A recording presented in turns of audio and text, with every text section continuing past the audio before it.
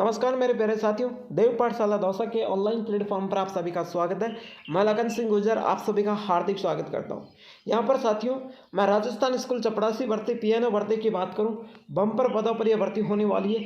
पहले इसमें 18,000 पदों पर फॉर्म भरने का मौका मिला था, लेकिन उस भर्ती को चालू ही नहीं की। पद की घोषणा की थी, लेकिन उनको रद्द करते हुए अब 22,000 पदों पर 22,000 प्लस पदों पर यह भर्ती होने वाली है और इसका नोटिफिकेशन जारी होने वाला है। तो आवेदन तिथि इसकी क्या रहेगी और ये भर्ती कब होएगी, सारी जानकारी जीरो लेवल से लेकर हम हाई लेवल तक पहुंचेंगे। इस भर्ती में क्या क्या कार्य करना पड़ेगा, कौन कौन से डॉक्यूमेंट लगेंगे, इसका सिलेबस क्या रहेगा, योग्यता क्या रहेगी, एज क्या रहेगी, सारी बातें हम करने वाले हैं। तो प्लीज़ हमारे चैनल देव पाठशाला दौसा को लाइक कर दे, क्लास को लाइक करना और चैनल को सब्सक्राइब करके बेल आइकन के चिन्ह को ऑल प्रेस करना, ताकि ऐसी हर क्लास का नोटिफिकेशन आप तक पहुंच सके और आप हमसे जुड़ सके, हम आपसे जुड़ सके। चलिए खुले बिंदास के साथ हम बातें करते हैं राजस्थान स्कूल पीएनओ भर्ती चपरासी भर्ती की। सबसे पहले तो मैं आपसे बात करूं, राजस्थान स्कूल में सालों बाद निकली है 22,000 पदों पर चपरासी भर्ती। चपरासी भर्ती में ऐसा होगा आपका सिलेक्शन, हम जानेंगे संपूर्ण जानकारी। साथियों, एक बार मैं आपसे संपूर्ण जानकारी की बातें करूं, देखिए राजस्थान में लगभग 20 से 22 वर्षों से स्कूल पीएनओ भर्ती का आयोजन नहीं हुआ, यानी चपरासी भर्ती का आयोजन नहीं हुआ। प्रदेश में 71,000 सरकारी विद्यालयों में चतुर्थ श्रेणी कर्मचारियों की कमी चल रही है। ऐसे में अगर स्कूल में एक चतुर्थ श्रेणी कर्मचारी लगाया जाए तो लगभग 71,000 पर चपरासी भर्ती का राजस्थान में होना चाहिए। लेकिन रिक्त पदों में लगभग 22,000 पदों पर राजस्थान स्कूल पीएनओ भर्ती 2024 के लिए स्वीकृति प्रदान की गई। साथियों, और इसमें क्या हुआ, एक स्कूल में एक चपरासी भी लगाए ना तो 71,000 पद खाली पड़े और उन पर यह भर्ती होनी चाहिए। लेकिन अभी सरकार ने 22,000 प्लस पदों पर यह भर्ती करवा रही है, यानी 25,000 पदों के आसपास यह भर्ती होगी। साथियों, इसको स्वीकृति प्रदान कर दी गई है। यहाँ पर राजस्थान स्कूल पीएनओ भर्ती 22,000 पदों पर होने वाली है। अभी इसके फॉर्म स्टार्ट नहीं हो चुके, ऑनलाइन मोड से फॉर्म भरे जाएंगे और इसकी आगे मैं सैलरी की आगे बातें करूँगा। 18,900 प्लस इसमें सैलरी मिलेगी। लेकिन साथियों, 22,000 पदों पर इसका नोटिफिकेशन जारी करने की घोषणा की गई है। अब इसका नोटिफिकेशन कब जारी होगा ये भी हम आपको बताएंगे। चलिए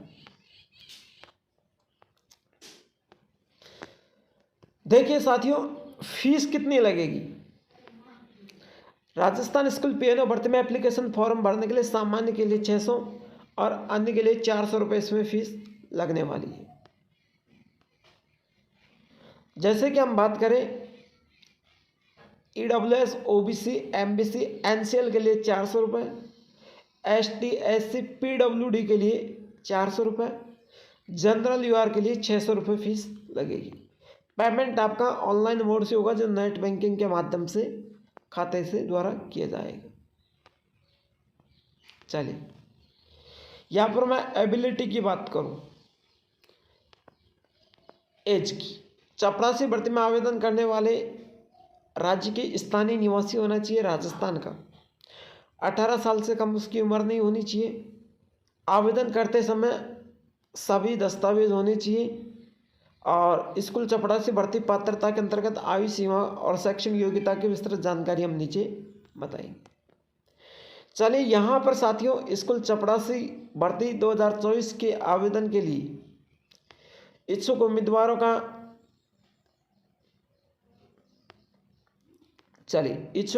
का मान्यता प्राप्त शिक्षा बोर्ड 8वीं 10वीं उत्तीर्ण होना चाहिए।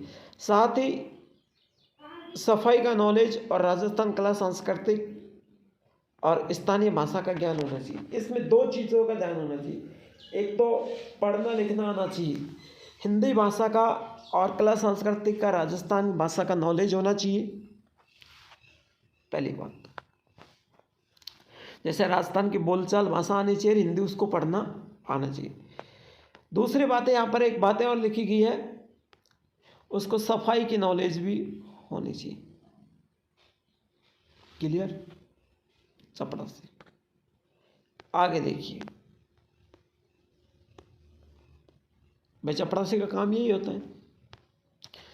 राजस्थान पियानो भर्ती स्कूल पियानो भर्ती राजस्थान में अभ्यर्थियों का चयन लिखित परीक्षा के और प्रैक्टिकल टेस्ट और साक्षरता दस्तावेज सत्यापन चिकित्सा परीक्षण के विभिन्न चरणों को पूरा करने के बाद किया जाएगा। अंतिम रूप से चयनित होने वाले उम्मीदवारों को दी गई चरणों को सफलतापूर्वक की। सबसे पहले तो देखो क्या क्या होगा,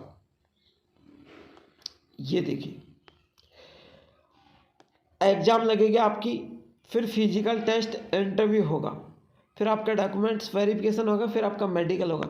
मेडिकल में ये चेक करे जाएंगे कि इसके शरीर में कोई टूट फाट तो नहीं है। भाई चपरासी का काम होता है झाड़ना, और भी जो भी कर्मचारी हो, टीचर हो, प्रिंसिपल हो, हेडमास्टर हो, वो अपने कोई भी डॉक्यूमेंट मंगवाए तो वो आराम से देख के ला सकता है। अनपढ़ को तो कोई चपरासी बनाएगा ही नहीं। उससे कह दे कि फला फाइल लेके आना या अटेंडेंस का रजिस्टर लेकर आना, तो अनपढ़ तो नहीं ला सकता। झाड़ तो सकता है लेकिन ला नहीं सकता, है ना। तो इसके लिए ये मेडिकल होना बहुत ज़रूरी है।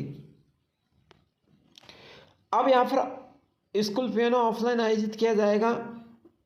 पेपर सभी वस्तुनिष्ठ प्रश्न भौगोलिक प्रकार के होंगे। इसमें सही उत्तर के 2 अंक आपको मिलने वाले हैं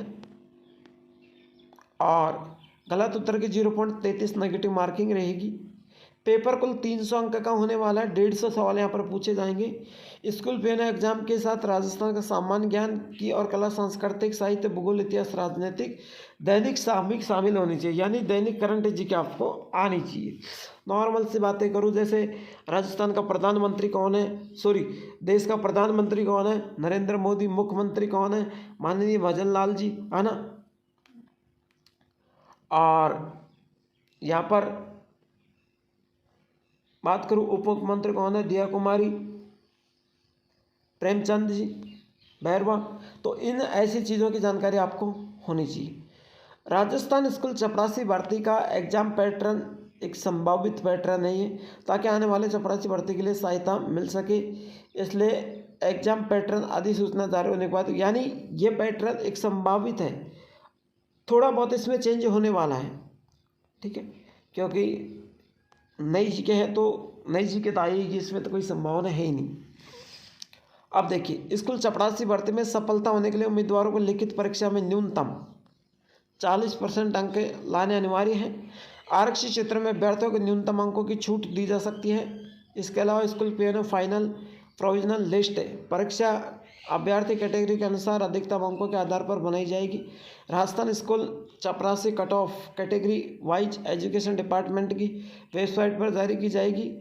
राजस्थान चपरासी भर्ती राजस्थान की अधिकतम कट ऑफ कितनी जा सकती है, इसके लिए school piano various cut off list देख सकते हैं आप। चलिए फिर देखिए आगे, ये मैंने आपको बता ही दिया कि कट ऑफ लिस्ट आप आगे देख सकते हैं, हम बताएंगे। अब बात करते हैं साथियों सिलेबस की। ठीक, सिलेबस इसमें क्या क्या आने वाला है। देखो, एक तो राजस्थान का सामान्य ज्ञान आएगा, पूरे डिटेल से समझ लेना। राजस्थान की कला, सांस्कृतिक और साहित्य आएगी, है ना। राजस्थान धरोहर उनका महत्व आएगा। राजस्थान का भूगोल, राजनीतिक विज्ञान, रीजनिंग, तार्किक योग्यता, राजस्थान का इतिहास, वर्तमान में चलने वाली योजनाएं, उनका महत्व और करंट अफेयर। अब देखिए, आपसे मैं पूछूं राजस्थान का सामान्य और भूगोल, ये एक टॉपिक है, एक बुक के हैं, इनको पढ़ सकते हैं। ऐतिहासिक धरोहर इतिहास के बारे में है, और राजस्थान की राजनीति विज्ञान, रीजनिंग, तार्किक योग्यता। राजनीति विज्ञान एक पॉलिटिकल के बारे में है, जो राजनेताओं के बारे में आता है। मुख्यमंत्री का कार्यकाल कितने वर्ष का होता है, राष्ट्रपति का कितने का होता है, प्रधानमंत्री की कार्यपालिका क्या होती है ना, इनके बारे में आएगा। रीजनिंग सब्जेक्ट एक दिमाग का खेल होता है, इतिहास और राजनीतिक ऐतिहासिक धरोहर ये एक है। वर्तमान योजना और करंट अफेयर यानी वर्तमान की बातें पूछी जाएंगी इसमें। कई बार क्या होता है पिछली करंट को ही उठाकर यहाँ पर पूछ लेते हैं। देखिए, राजस्थान स्कूल पियानो भर्ती डॉक्यूमेंट, आवश्यक दस्तावेज। जब आप फॉर्म अप्लाई करेंगे तो आपको कौन कौन से डॉक्यूमेंट चाहिए? आधार कार्ड होना ज़रूरी है, SSID और पासवर्ड ये बनवा लेना बहुत ज़रूरी है। 8वीं 10वीं की अंक तालिका होना ज़रूरी है। शपथ पत्र, शपथ पत्र कहाँ से मिलेगा वो भी मैं आपको बताऊंगा। कार्य अनुभव प्रमाण पत्र कि आपने कहीं ना कहीं कार्य किया हो कोई प्राइवेट डिपार्टमेंट में, तो उसका अनुभव प्रमाण पत्र आजकल सब जगह लागू कर दिया। जैसे राजस्थान सफाई कर्मचारी भर्ती में भी है। जाति प्रमाण पत्र, पासपोर्ट साइज के 2 फोटो, मोबाइल नंबर और ईमेल आईडी, हस्ताक्षर इत्यादि होने चाहिए। अब देखिए शपथ पत्र, शपथ पत्र होता है जो अधिकारी घोषणा करता है। जैसे आपने जहाँ से भी सफाई की है वहाँ से आप एक शपथ पत्र और बनवा लेना कार्य अनुभव के साथ साथ कि मैं घोषणा करता हूँ कि इसने यहाँ से यहाँ तक मेरी सफाई की है। विद्यालय में चतुर्थ श्रेणी कर्मचारी के कार्य, अब आपके क्या क्या कार्य हैं वो एक बार मैं आपको यहाँ जूम करके बताता हूँ।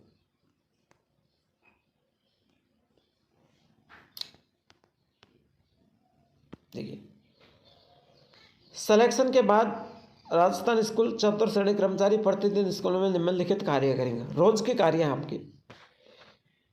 सिलेक्शन के बाद होने के बाद चतुर्थ श्रेणी प्रतिदिन अपने विद्यालय पहुंचकर सबसे पहले तो प्रवेश द्वार खोलेगा, यानी गेट की चाबी ही उस कर्मचारी के हाथ में होगी, चपड़ासी का, जो जाके वो सबसे पहले तो अपना उस चाबी से ताला खोलेगा। फिर विद्यालय पहुंचने के बाद चतुर्थ श्रेणी कर्मचारी संपूर्ण विद्यालय प्रांगण में झाड़ू लगाकर साफ करेगा, गेट खोल देगा। गेट खोलने के बाद उसका काम यह रहेगा चाबी को ऑफिस में रखेगा और फिर वह झाड़ू लगाएगा। फिर वो झाड़ने का काम करेगा झाड़ू से। चलिए,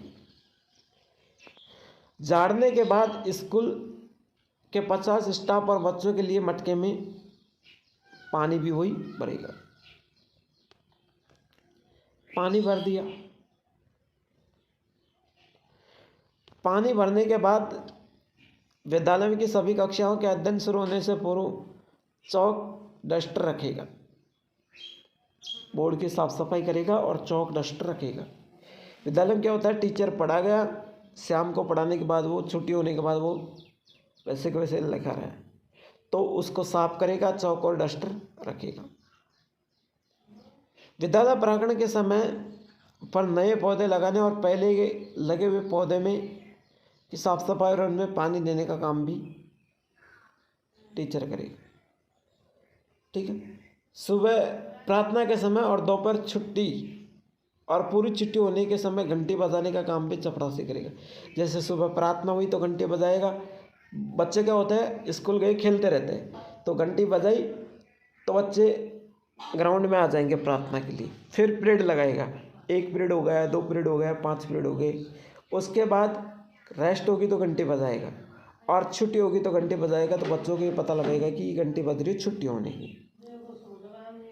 इसके अतिरिक्त अलग अलग विषयों के अनुसार प्रत्येक क्लास खत्म होने की घंटी बजानी होगी। मैंने कहा था प्रत्येक क्लास की घंटी बजाएगा। क्या 1 पीरियड हो गया, 2 पीरियड हो गए, 5 पीरियड हो गए। स्कूल में होने वाली पूर्वी विभिन्न कार्यक्रमों में छुट्टी के लिए सभी कक्षाओं तक छुट्टी होने के लिए सभी कक्षाओं तक सूचना पहुंचाएगा। यानी जैसे मान लीजिए कल के लिए, जैसा अभी रक्षाबंधन आने वाला है तो रक्षाबंधन की छुट्टी है ना, तो सभी के लिए वो सूचना पहुंचाएगा क्लास में, है ना, सभी टीचरों को, और छुट्टी का हस्ताक्षर करवाएगा। और टीचर फिर क्या करेगा, बच्चों से कहेगा कि भाई कल की आपकी छुट्टी है, रक्षाबंधन की छुट्टी है ना। तो इस तरीके से सूचना पहुंचाएगा। ये चपरासी का काम होता है। जैसे रक्षाबंधन आती है, जन्माष्टमी आती है, रामनवमी आती है, जयंती आती है, तो सबकी सूचना पहुंचाएगा। सभी कक्षाओं में शिक्षकों को समय समय पर चाय और पानी सर्व कराएगा। टीचरों को समय समय पर चाय और पानी भी वही बताएगा। विद्यालयों के अतिथि अथवा अभ्यर्थियों के अभिभावकों की आने की सूचना प्रधानाचार्यों को देना। यानी किसी का भी अभिभावक, जैसे प्रधानाचार्य क्लास में हो या ऑफिस में हो, और कोई अतिथि आ चुका है बाहर से, बड़ा कर्मचारी, डीओ ऑफिस से, है ना, वीडियो अधिकारी, या फिर कोई अभिभावक आता है, तो उसकी सूचना तुरंत प्रधानाचार्यों को देगा कि ये आ रहा है, आई इसका भी गांव से कोई आया है या फिर कोई अधिकारी आया है। अतिथियों के लिए चाय नाश्ता सर्व करना। कोई भी बाहर का हो या अभिभावक को, उसके लिए चाय नाश्ता देना। विद्यालय की छुट्टी पूरी होने पर सभी कक्षाओं में ताले लगाना। जैसे विद्यालय की छुट्टी होगी तो सभी कक्षाओं में कुछ भी नहीं करेगा, छुट्टी होते ही क्या करेगा, लॉक लगा देगा। विद्यालय से जुड़े अन्य सभी कार्य, और भी कोई कार्य रह गए हो तो भी ये करेगा। तो मैंने बाकी सभी कार्य बताया आपको। अब देखिए इसकी सैलरी की, आपके मन में एक डाउट है, सर सैलरी क्या रहेगी। अंतिम रूप से चयन होने के बाद सरकारी स्कूलों में 18,900 सैलरी दी जाएगी। इसके साथ ही सरकारी द्वारा अन्य भत्ते भी दिए जाते हैं। तो आज की क्लास में इतना ही काफ़ी है, और नेक्स्ट अपना क्लास कल लेकर आएंगे। तब तक के लिए सभी साथियों को जय हिंद, जय भारत। फिर मिलते हैं नेक्स्ट क्लास के साथ, तब तक बने रहिए हमारे साथ।